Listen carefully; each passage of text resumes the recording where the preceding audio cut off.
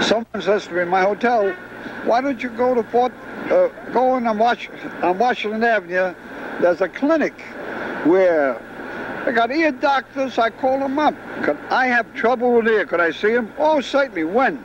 Come down tomorrow morning, 9 o'clock. I came down tomorrow morning. I said, my ear. I signed a paper. I went to a medical doctor to examine me. I said, I don't want, all I want is an ear man. Well, the doctor's got to order the ear man. You got to take a how does that? You got to take a cardiogram. You got to take chest x-rays. You got to take, I said, I gave blood already. Oh, we got to take your blood. The ear man can't see you. And every time I signed another one. Then they made me x-ray my hip. Then they wanted a specimen, a urine specimen. Then they wanted stool specimen. I didn't give them. I didn't want to give them anymore. What's about the ear man? Finally, about 3:30, this is 9 o'clock in the morning, there's a 2-hour wait. I says, you fella, I'm going home. I didn't eat no lunch yet. They gave me an appointment for the next day, and I signed again, I think, for the 10th, 11th time. And the ear man looked at me and says, oh, I got to x-ray your sinus. I got to x-ray your head. I got to x-ray your brain. Right, sign again. What did the bill come to? I'm still getting them. I got bills all week last week. Yesterday I got one with 19 items for one day. It's because you're on Medicare? I'm on Medicare. Yeah, I'm on Medicare. I got Blue Cross and Blue Shield. But that's not the idea. They pay for false pretenses. If I want to look at the ear, why must I take every test known? Why should I do that? It's ridiculous. You go in that clinic, they absorb the $60 and they absorb the 20%. And therefore it costs our people nothing. But regardless of what you go in there for, you get x-rays, EKGs, you get blood counts and blood tests, and Medicare gets a bill for $100 and $125. The important point here is this. These services were rendered, but we have no way of knowing whether they were needed or not. Concern about health is so much a part of daily life here that a number of stores offer blood pressure checks as a regular service. At a corner in the dime store, customers line up to pay Harry Sanders $1 to read their blood pressure. Going into these clinics or the regular doctor, you know, they feel that they waste so much time. Hours and hours they have to sit there just to take the blood pressure. And the result is, besides blood pressure, and paying the physician $10, they could practically get the same thing from us. So we don't give them any advice, it's true, but we just tell them what the pressure is. You have the same customers coming back every few days?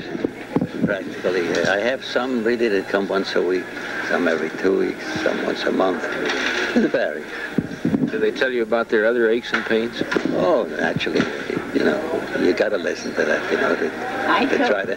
When I can't walk, I got the arthritis. Yeah. Well, but I guess old people get sick. That's what I think, old people. You know, I get old, so I got arthritis like needles, weights in the feet and weights and weights and weights. How many pressures do you read in one day? We take on an average between 40 and 50 a day. 5 days a week. For many of us, the most frightening specter of old age is failing health.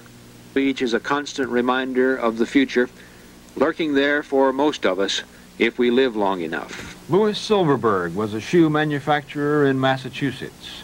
He retired at 65 and moved to Miami Beach.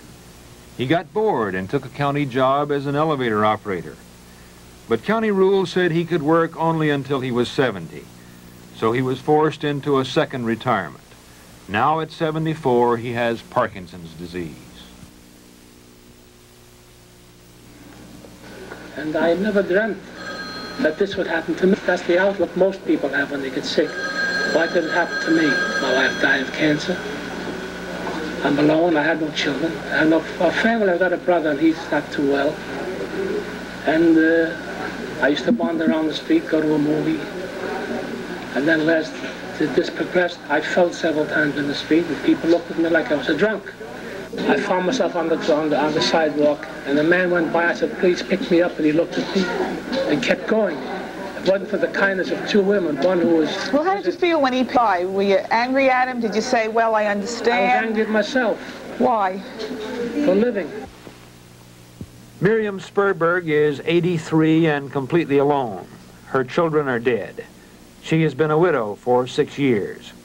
She was a dressmaker for Bergdorf Goodman in New York. The only time her eyes light up now is when she talks about how good she once was at dressmaking. I can't tell you nothing now because I'm forgetting everything.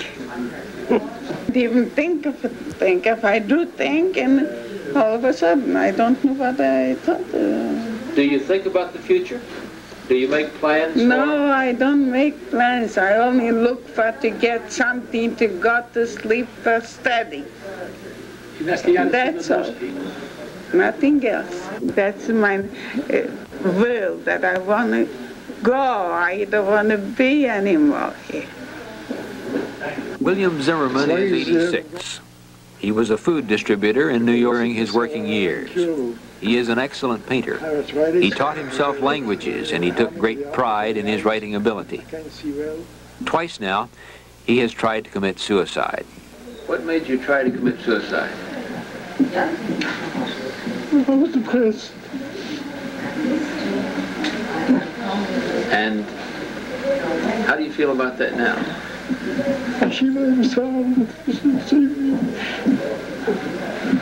Are you glad that it didn't work?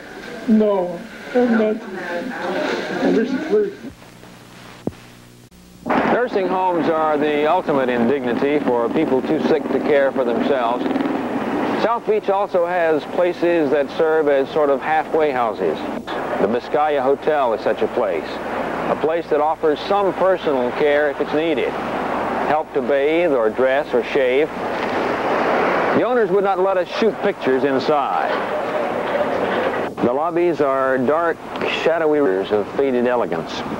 Women sit in wheelchairs, staring stonily. Old men doze under dusty chandeliers. 1/3 of the 400 tenants live entirely on public assistance.